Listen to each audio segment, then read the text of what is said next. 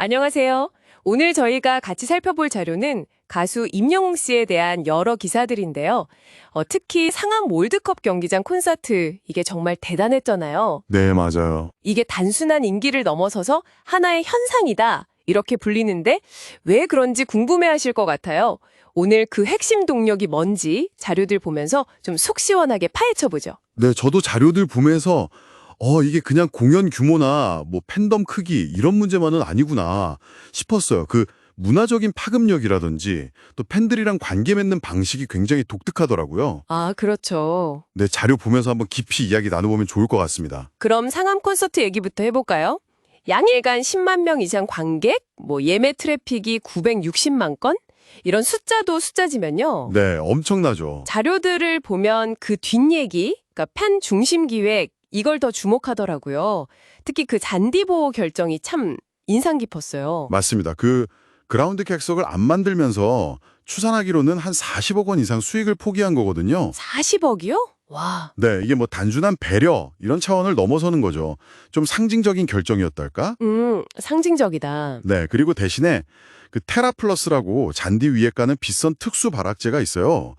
그걸 사용해서 훼손을 줄이고 심지어 실시간으로 무대 설치하고 철거하는 방식까지 도입했고요. 아, 실시간으로요? 네, 잔디가 이렇게 눌려있는 시간을 최소화하려는 노력인데 이런 디테일 하나하나가 그냥 보여주기식이 아니라 이 사람이 정말 팬과 또 어떤 사회적인 책임까지 고려하는구나 이런 메시지를 준 거죠. 그 지점이 되게 흥미롭네요. 그러니까 단순히 팬 서비스 이런 걸 넘어서서 다른 공연들이랑은 좀 근본적으로 접근 방식이 다르다, 이런 분석이신 거죠? 그렇죠. 360도 무대나 열기구 타고 이동하고 시야 제한석에는 스크린 따로 설치해주고 이런 것들도 결국은 어떤 팬도 소외시키지 않겠다, 이런 의지로 읽혔고요. 네, 맞아요. 이런 세심함이 팬들한테는 좀 어떤 특별한 경험을 줬을까요? 자료들 분석을 보면요. 팬들이 내가 정말 대접받고 있다, 존중받는다 이런 느낌을 아주 강하게 받았다고 해요. 아, 대접받는 느낌? 네, 그냥 내가 돈 내고 소비하는 사람이 아니라 이 공연의 되게 중요한 일부다 이렇게 인정받는 경험인 거죠. 이게 다른 팬덤, 심지어 아이돌 팬덤 쪽에서도 와, 저거 못하는 게 아니라 안 하고 있었던 거네? 이런 반응까지 나왔어요. 아, 진짜요? 네, 그래서 콘서트 문화의 어떤 기준을 바꿨다 이런 평가까지 나오는 거고요. 어떻게 보면 아티스트와 팬의 관계를 좀 새롭게 쓴 거죠. 그렇군요. 음악적인 면에서도 임영웅 장르 이런 표현까지 나오잖아요. 스펙트럼이 넓다는 점도 많이 언급되던데 트로트부터 발라드, 팝, 댄스, 심지어 힙합까지? 네, 아비안또. 네. 이걸 다 아우르는 게 그냥 다양한 팬층 만족시킨다, 이런 것 이상의 의미가 있을까요? 그 다양성 자체가 이 사람이 얼마나 끊임없이 노력하고 또 진정성 있는지를 보여주는 증거다 이렇게 볼 수 있을 것 같아요. 노력과 진정성. 네, 워낙 연습벌레로 알려져 있기도 하고 기존 곡도 계속 새롭게 편곡하고 격렬하게 춤추면서도 라이브 절대 포기 안 하고. 맞아요. 라이브 대단하죠. 그렇죠. 또 말하듯이 노래하는 연습을 한다고 밝혔는데 이게 다 감정 전달력을 높이려는 노력이잖아요. 이런 게 팬들한테는 그냥 꾸며낸 모습이 아니라 정말 진심이구나 하고 다가오는 거죠. 아, 진심. 네, 그 비 오는 날 공연에서 하늘이 특수효과 내려주셨다 이렇게 긍정적으로 말하는 것도 어떻게 보면 그런 진솔한 태도를 보여주는 단면이고요. 아하, 맞아요. 그거 참 인상 깊었어요. 그리고 그의 선한 영향력, 이 부분에 대한 분석도 많더라고요. 데뷔 초부터 꾸준히 기부를 해왔는데 대부분 팬클럽 영웅시대 이름으로 한다. 이게 좀 독특해요. 네, 그 방식이 좀 그렇죠. 이런 방식이 팬덤 문화에는 좀 어떤 영향을 미친다고 보세요?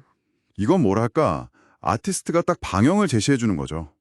팬들이 막 비싼 선물을 보내고 이러는 대신에 아티스트 이름으로 기부 릴레이를 하도록. 아, 유도를 하는 거군요. 네, 팬덤 활동의 그 에너지를 되게 긍정적인 사회공헌 쪽으로 연결시키는 거예요. 광고 계약할 때 팬들한테 부담 안 주는 조건을 건다거나. 네, 그런 이야기도 있더라고요. 네, 이런 행동들이 하나하나 쌓여서 그 가수의 그 팬이구나 하는 선순환 구조를 만들고 이게 단순한 팬덤을 넘어서서 어떤 가치를 공유하는 공동체로 발전하게 하는 그런 동력이 되는 거죠. 실제로 기록들이 이걸 다 보여주죠. 멜론 누적 스트리밍 1000억 회 돌파. 이거 솔로 최초. 다이아 클럽이라고 하죠. 네, 맞습니다. 정규 1집은 34억 스트리밍. 이것도 앨범 단위로는 멜론 전체 1위래요. 그리고 5년 연속 올해를 빛낸 가수 전 연령대 탭10 안에 들고 와, 히어로노믹스라는 말까지 나왔으니까요. 그렇죠. 히어로노믹스. 이 현상이 근데 단순히 경제적인 파급력만 뜻하는 건 아니겠죠? 아, 물론이죠.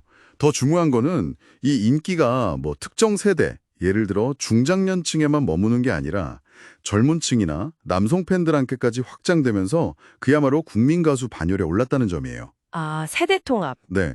언론에서도 조용필 씨 이후에 이렇게 세대를 아우르는 존재감을 보여준 남성 솔로는 정말 드물다. 이런 평가가 나오거든요.